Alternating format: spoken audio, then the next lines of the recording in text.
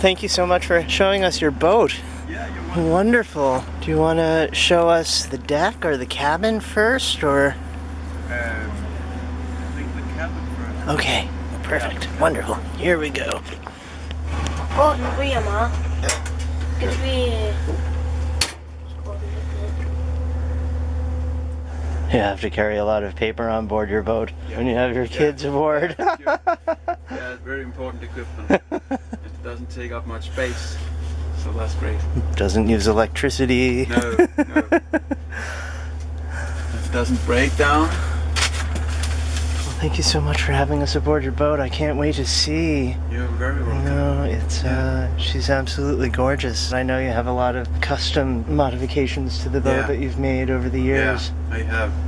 To make it possible to make long voyages for people aboard a 26-foot boat, you have to make quite a few modifications. And the boat is not built to make voyages on the high seas, ocean passages and so on. It's not built for that purpose. It's a race cruising boat. Hi. Family cruising.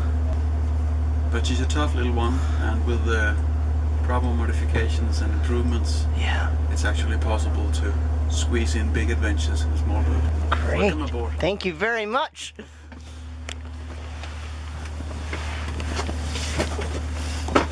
So this is the salon and a drop leaf table Yes. in the middle. That's very simple, yeah. The paraffin stove just fit in between the mast here. And Oh yeah, that's where you store it. yeah, Aye. then it's completely secured when we are on our way. So that really works very good. Do you ever use the stove when you're underway? No. No, just import. No, Yeah. it's only import. Yeah. Yeah, when we're on our way, we freeze. Yeah. And is this an original? Yeah, that's original. Yeah, it's excellent for Yeah. holding when it's rough and moving. So one of the many advantages of small boats is that there's a limit to how far you can fall. Yes. If you get thrown from the one side of the boat to the other, you won't fall too long in a small boat. And we got these and these, and here of course the mast. So there's not a long way to a place to hold on to. So that's really great. But we can have a look at the on the improvements we made for comfort here in the salon. We use all space we can find. For instance, this table, even when folded, it's enormous. Yes. Here is some space we don't use. Then we have this one for jackets. So that's just an example. Wow. We use all space we can. We changed the cushions last year when we were preparing for a trip around England. It was one big mattress here, Aye. and we cut it in three so that we can get to the storage space underneath. Aye. It's more Without- easy. It's a lot more easy because if three people sits here or two people sits here, you have to order them all to remove themselves. Go somewhere else. Okay, and where is that? Yeah, The right. 26 where to go? We don't know. So now it's possible actually to get to the batteries. The meat, we cook the meat in these jars. It will keep fresh and nice for years without refrigeration. So you've made that yourself Yeah. at home before Yeah. you went to sea. Yeah. What kind of meat is that? Yeah, this is beef, but we can make chicken, turkey, lamb. So it's not refrigerated. No, it's cooked in a pressure cooker for 45 minutes, and then it will stay fresh and perfect. For a year or two, we have had some of this meat. We have got lots of it, and it's just great. Wow. And the taste is fantastic because it's been cooked in its own Yes. juices. So it's really great, and very easy, very cheap. Yes. And when we travel a long way, for instance around England, we bring the pressure cooker so that we can provision more. If we find some nice lamb meat or so, we buy a lot and we cook it. So that's really great. I would really love to learn how to do that. Yeah, it's very, very simple. I've spent a lot of money on canned meats. Yeah, it's awful. Yeah. Too much salt in it, always. It's expensive. The taste is not very good. The quality of the meat is not very good. This is just great. So this is one of the storage lockers you use this Yeah, for it your is. meats. Yeah. And your batteries. My batteries, yeah. And your inverter. Is that And the an inverter, yes. Aye. Yes, exactly. When we have shore power, it's not very often we have, but Aye. when we have, it's nice. And I've put some quite big batteries. If you have a big boat, you Yeah. won't think they are big. It's 2 times 110, but it's far more than I can possibly use because we have not a very big need for electricity here. We don't have an electric refrigerator, Aye. for instance. Yeah. And that's really a power consumer, so Yeah. we don't need that much electricity. And that's one of the many ways to get independent. That's to cut off your needs. So these 2 batteries, a wind generator, and the engine. That's enough. And another compartment here for more provisioning. Yeah. Do you ever have a problem with the glass breaking? No. No, never. On one of my voyages to the Shetland Islands, one of the lids opened itself Ooh. due to the movement. So I had a very, very delicious French onion soup. Evenly distributed all over the boat, actually. Oh no! yeah, that's great. A very nice soup. Shit happens. Let's see. But no bigger accidents than that. So that's okay. Is there more storage behind the seat Yeah. back there? Yeah, and this is nice because you can either open it here and get to the bags. Aye. These are waterproof biking bags. Biking bags? Yes, and we use them for the children's clothes because they're waterproof. Huh. Of course, the boat is watertight Yes. completely. Yes. I hope so. But condensation and so on can make it a bit uncomfortable. But these are watertight, and we have the children's clothes. This is for Anton, this is for Sebastian. And then it's easy to get to them. And if you do it the other way around, you open the button. Oh my, that's ingenious. Yeah, then you can do this. This, and then you have quite a broad A larger berth. berth here Aye. for sleeping. We seldom use this berth because we like to use the berth over here for Anton. Yes. The berth behind you we can see in a moment. Aye. Right in there. For Sebastian, because then we have this place to sit when they are asleep. Aye. Aye. Yeah. But when we are 5 people aboard, and when we sailed around England, we had 3 children. The oldest were 17 at the time, so he was, taking up space like an adult, and he slept here. Me and Anne-Marie, my wife, sleeping out there, Yes. the king-size bed. Nice. It's beautiful. The boat was originally with a locker here. There was a locker here like most boats have. Uh-huh. We removed it. Aye. We didn't need the locker. We have other possibilities of stowing things away. And now we have a king-size bed instead. I You did. have to make your priorities. It looks very comfortable. It is. Instead of the locker, Anne-Marie has made these for our clothing. So it doesn't take up space that we could need for other purposes. Huh. And also here, we can have all our clothing for a long voyage here. Of course, we don't bring Yes. a lot of clothing. Right. We only have 2 or 3 sets of clothing, and then we wash. Behind these are sewn onto this one. It can be zipped. This for the cockpit canopy. We can put it here, Wow. so it doesn't take up space neither. Uh-huh. That's The cockpit canopy, because Yeah. you don't have that up all the time. no. It's only in bad weather or cold conditions, like here in the Faroes, Aye. and when we are in normal warm conditions and it's dry, if we don't use it, then it just disappears here, and we can't tell that it's aboard actually because it disappears in this zipper here, and the clothing won't fall off because of the elastics here. Yes. So it works very well. Looks amazing. Yeah. It looks so nice to have that hatch right above your head. Yeah. It's in It's the a- perfect location yeah, for it is. lying there and looking up at the sky. Exactly. Exactly. For comfort and for safety, I've added these strong Wow. fasteners here, so it can be screwed completely watertight, like in a submarine. Actually, I've sailed through seas sometimes, where actually right through them.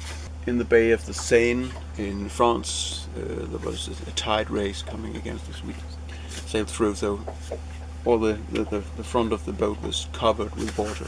Wow. Not a drip. Not a drip. No, so that's great. And then in the forepeak there, it looks like you've got Yeah. more stowage. Yeah, there. that's more stowage. Yes. What do you have up there? Yeah, we have bags, Bags. With all kinds of stuff. This is a bag we use for exploration ashore, but it's also filled with our towels, not to take up space. A bag with gloves and warm clothing, and other empty bags. And then we have this out here also. I forgot to mention then that the covering of the cushions here is waterproof. Oh, okay. So that's very good when you come down wet. Oh, on yeah. a long sail. That's what that is. But no, No? this is waterproof. Aye. Yeah, you Aye. can pour red wine on it and just remove it with a wet cloth. Huh. So that's really good. But if we are sailing in wet conditions and come down from the cockpit wet, soaked, we put this on top. Huh. It's for people that might pee in the bed Oh, yeah. during the Sure. night. But it's just great because it's soft and nice here, Aye. and it's waterproof here. So to make it even more waterproof, so that when we get to harbor You have a dry at last, cabin. we just remove this and we have a dry cabin and a dry berth. Wow. So this is very cheap, very simple, and it makes a very great difference to your Fantastic. comfort. This thing, this is a mosquito preventer Huh. for the cockpit.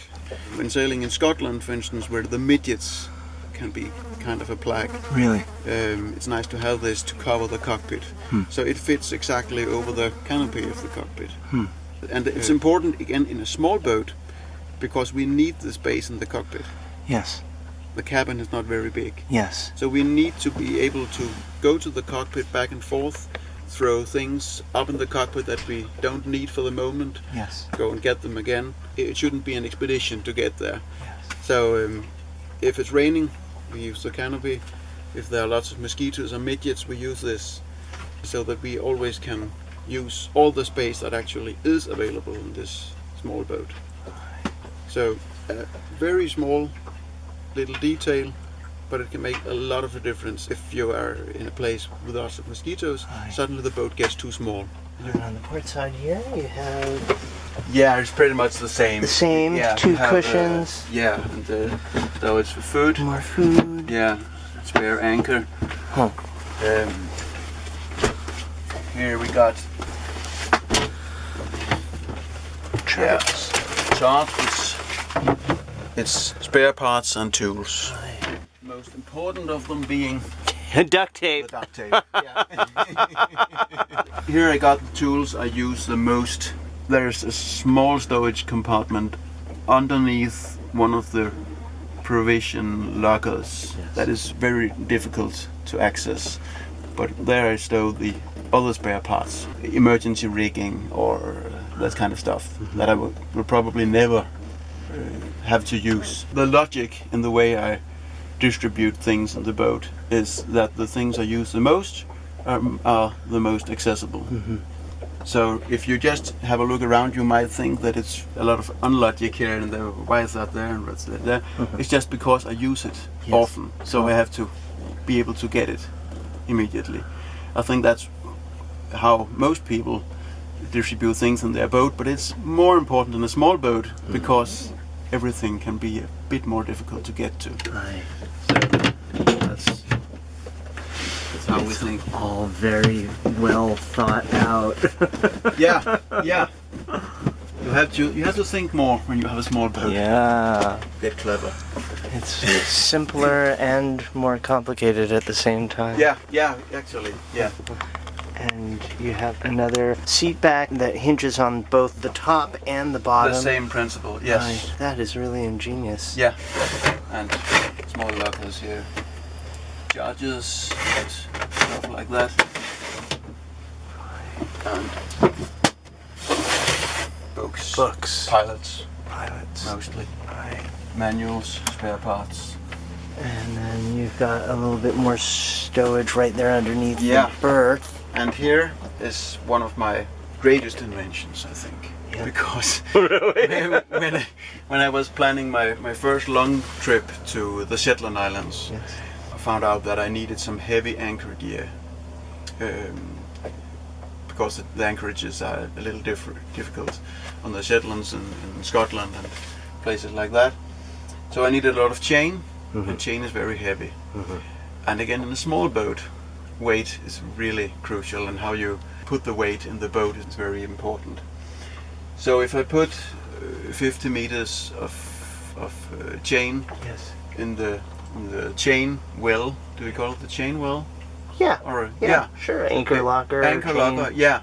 In the front of the boat, it would be far too heavy. So I made this. I'll show you. You lift this off. Here is some of our. Yeah, you have to dig a bit to get to the anchor chain, but it's worth it.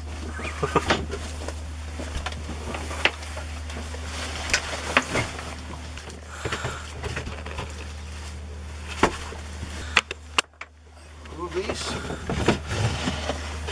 Wow. Here's There the it chain. is. So it's a very unconventional place to have your chain. Huh. So if you open the hatch, take this.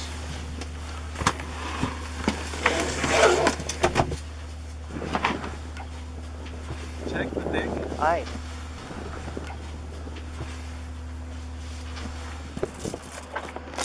Here we go. Attach to the anchor. Goes through there. Fantastic. And I don't have a windlass. Yeah. Yeah, have to. And that's one of the advantages of having this small boat. One of the ways that it gets a lot cheaper to have it. It's not only because the boat is bigger or smaller, but you don't need that much heavy equipment. Aye.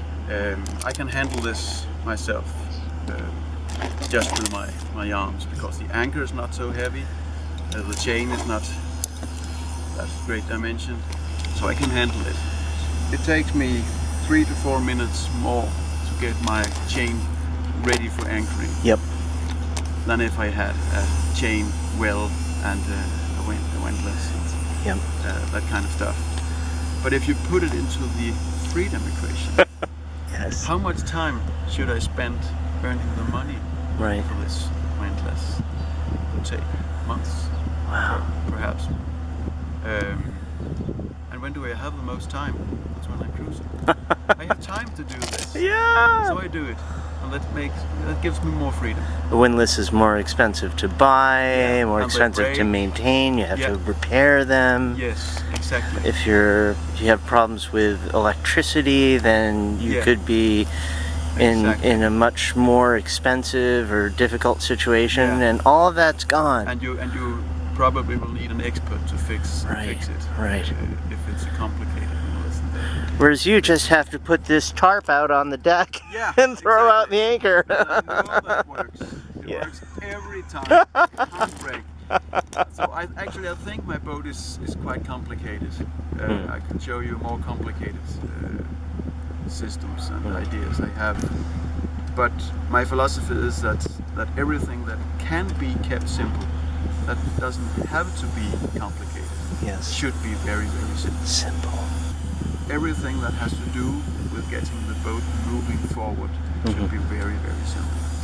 Anchorage is also essential. To be able to anchor, it should be kept very, very simple. So that's what I do.